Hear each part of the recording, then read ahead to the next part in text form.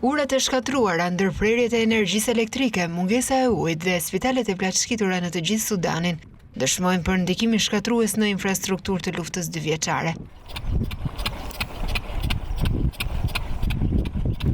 Autoritetet vlerësojnë se do të nevojiten $100 miliarda për ndërtim, është shprehur zëdhënësi i qeverisë Altaif Sadedin.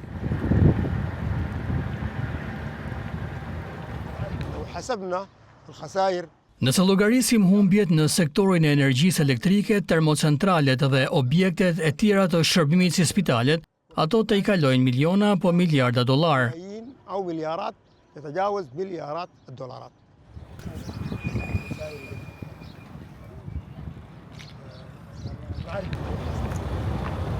Megjithatë, ka pak shanse që rindërtimi të realizohet në afat të shkurtër, duke pasur parasysh luftimet e vazhdueshme dhe sulmet me dron ndaj termocentraleve, digave dhe depove të karburantit, përfshirë edhe faktin që SBA-ja, donatori më i madh, ka shkurtuar ndihmën. Njofton Reuters.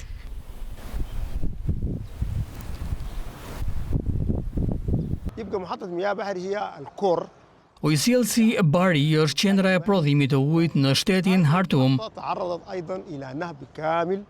Aty u plaçkitën plotësisht të gjitha pajisjet mekanike dhe pompat e presionit në kërkim të bakrit, si dhe vaj të transformatorëve.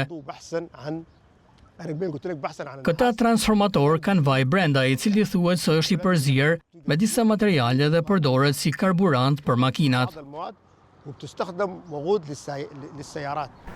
Ushtria sudaneze dhe forcat paraushtarake të mbështetjes së shpejtë kanë luftuar që nga prilli i vitit 2023, ku si pasojë kanë humbur jetën ose kanë mbetur të plagosur 10 mijëra njerëz, ndërsa rreth 13 milion persona janë zhvendosur në atë që grupet e ndihmës e quajnë krizën më të rëndë humanitare në botë. Banorët e kryeqytetit Khartoum përballen me ndërprerje të energjisë elektrike për javë të tëra, ujë të ndotur dhe spitale të mbipopulluara. Aeroporti i tyre është djegur me predha aeroplanësh në pistë. Shumica e ndërtesave kryesore në qendër të Khartoumit janë të karbonizuara dhe lagjet dikur të pasura janë tashmë lagje fantazma me makina të shkatruara dhe predha të pashpërthyera në rrugë. Sipas përfaqësuesit të programit për zhvillim të Kombeve të Bashkuara, Luka Renda, autoritetet sudaneze vlerësojnë nevojat e rindërtimit deri në $300 miliardë për Khartoumin dhe $700 miliardë për pjesë të tjera të Sudanit, ndërsa OKB-ja po bën vlerësimet e veta.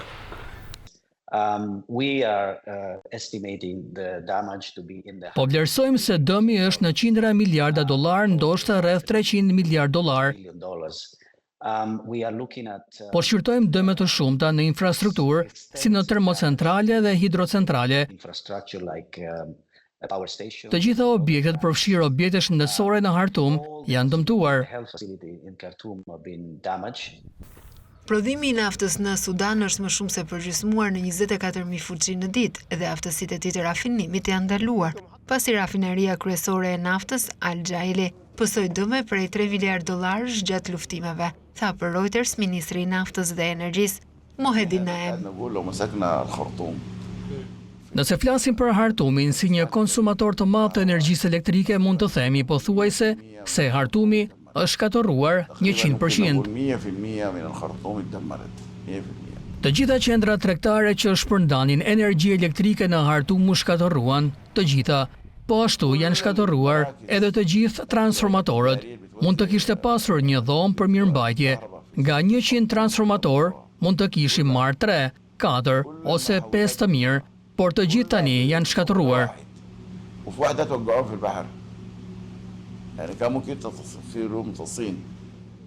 Kjo është arsyeja pse po ecim përpara, sikur Khartoumi të ishte krejt i ri. Do të fillojmë të furnizojmë energji elektrike sikur të ishte i ri.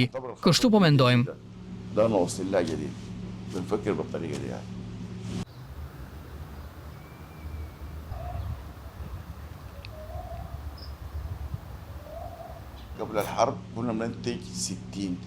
Pas luftës, ne prodhonim 60.000 fuqi benzin në rafineritë kryesore të naftës në Khartoum.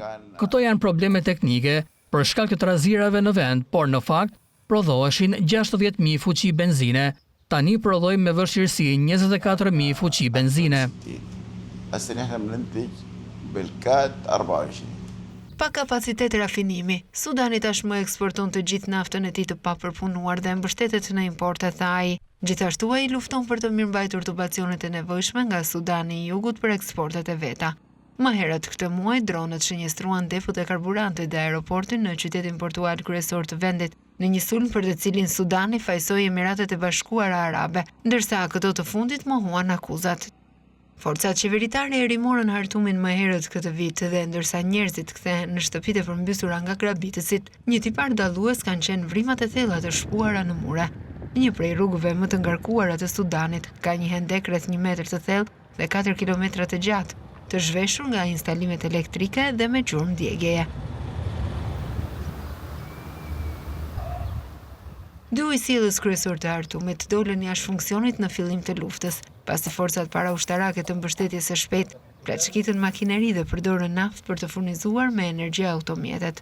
Teksa 2 apo 3 milion njerëz synojnë të kthehen në Hartum, ndërhyrjet janë të nevojshme për të shmangur emergjenca të mëtejshme humanitare, si shpërthimi i kolerës, tha Luka Renda.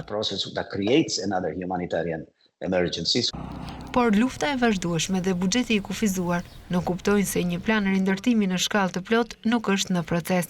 Ajo që mund të bëjmë me kapacitetin që kemi në terren është të shqyrtojmë rehabilitimin e infrastrukturës në shkallë më të vogël, tha ai, si pompat e ujit me energji diellore, spitalet dhe shkollat.